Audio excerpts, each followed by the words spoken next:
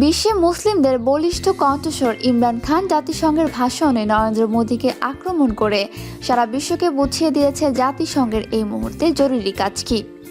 New ইয়র্কে জাতিসংঘ সাধারণ পরিষদের ৭৪তম অধিবেশনে ভাষণ দিয়েছেন পাকিস্তানের প্রধানমন্ত্রী ইমরান খান। ভাষণে ইমরান খান পয়েন্ট আকারে কয়েকটি বিষয়ের উপর বিস্তারিত বক্তব্য রাখেন। পয়েন্টগুলো ছিল জলবায়ু পরিবর্তন, অর্থ পাচার, ইসলামোফোবিয়া ও কাশ্মীর ইস্যু। মূলত কাশ্মীর ইস্যুতেই তিনি বক্তব্যের বড় অংশটির কথা বলেন।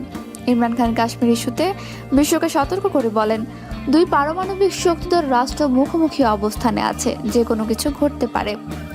বিশ্ব নেতৃবৃন্দ এখন সিদ্ধান্ত নিতে হবে, তারা কি ১২০ কোটির অর্থশালী ভারতের পাশে দাঁড়াবে না মানবতার পক্ষে দাঁড়াবে। পাক প্রধানমন্ত্রী বলেন, একটি রাষ্ট্রের তার থেকে ৭ গুণ ছোট একটি রাষ্ট্রকে এই অবস্থায় নিয়ে যায় যে হয়তো আত্মসমর্পণ করো, না হয় মৃত্যু পর্যন্ত স্বাধীনতার জন্য যুদ্ধ করো। তখন আপনারা কি করবেন? আমি প্রায় নিজেকে নিজেই এই প্রশ্ন করি এবং আমি বিশ্বাস করি লা ইলাহা ইল্লাল্লাহ, আল্লাহ ছাড়া কোনো মাবুদ নাই। আমরা লড়বো, শেষ পর্যন্ত লড়বো।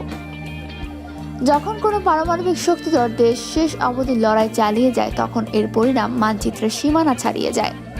দুই পারমাণবিক শক্তিধর দেশের লড়াইয়ের প্রভাব তখন পুরো দুনিয়ার উপর পড়বে। সমগ্র বিশ্বকে এর ফল ভোগ করতে হবে। জাতিসংঘকে উদ্দেশ্য করে ইমরান খান বলেন, আপনারা ওয়াদা করেছিলেন যে কাশ্মীরদের স্বাধীনতা এনে দেবেন, কিন্তু এখন তারা স্বাধীনতার বদলে নির্যাতনের মধ্য দিয়ে যাচ্ছে। এখনই সময় পদক্ষেপ নেওয়ার। আর প্রথম পদক্ষেপ হচ্ছে কাশ্মীরে ৫৫ দিন ধরে ভারত যে অমানবিক কারফিউ জারি করে রেখেছে তা বাতিল করতে হবে। তিনি বলেন, আমি এখানে এসেছি আপনাদের সতর্ক করতে, আপনাদের পদক্ষেপ নিতে। জাতিসংঘের জন্য এটা একটা পরীক্ষা। ভারতকে সকল বন্দীকে মুক্তি দিতে হবে, বিশেষ করে ১৩,০০০ কিশোরকে যাদের তারা আটক করেছে এবং তাদের বিষয়ে কোনো তথ্য তাদের পরিবার পাচ্ছে না, তাদের মুক্তি দিতে হবে। ইমরান খান বলেন, মোদি অহংকারে অন্ধ হয়ে গেছেন। অহংকারের কারণে তিনি বুঝতে পারছেন না যে কি সিদ্ধান্ত নিচ্ছেন। মোদি এটা ভাবছেন না যখন কারফিউ শেষ হবে তখন অবস্থা কি দাঁড়াবে। কাশ্মীরিরা কি চুপচাপ এই সিদ্ধান্ত মেনে নেবে? গত ৭০ বছরে ১ লাখ কাশ্মীরি শহীদ হয়েছে স্বাধীনতার জন্য। এই স্বাধীনতা তাদের দেওয়ার ওয়াদা করেছিল জাতিসংঘ। খোদ জাতিসংঘের ২টি রিপোর্ট রয়েছে কাশ্মীরিদের উপর নির্যাতনের বিষয়ে।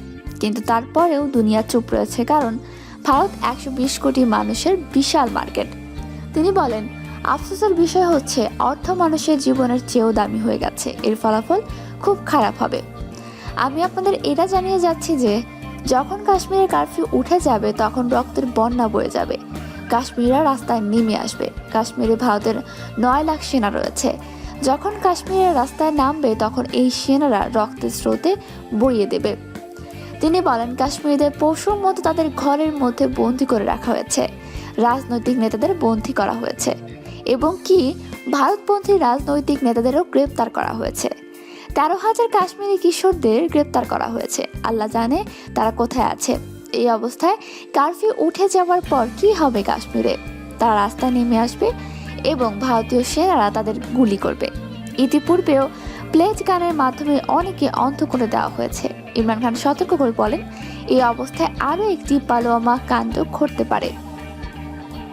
ইমরান খান বলেন, ভারতের প্রধানমন্ত্রী নরেন্দ্র মোদী আরএসএস এর আজীবন সদস্য, আর আরএসএস হচ্ছে হিটলার ও মুসলিনির আদর্শে অনুপ্রাণিত। তিনি বলেন, এই আরএসএসই ১৯৪৮ সালে ভারতের প্রতিষ্ঠাতা মহাত্মা গান্ধীকে হত্যা করেছিল। মোদি ও আরএসএস ২০০২ সালে গুজরাটের দাঙ্গা লাগিয়ে হাজার হাজার মানুষকে হত্যা করেছিল। মোদি একসময় আমেরিকায় নিষিদ্ধ ছিলেন।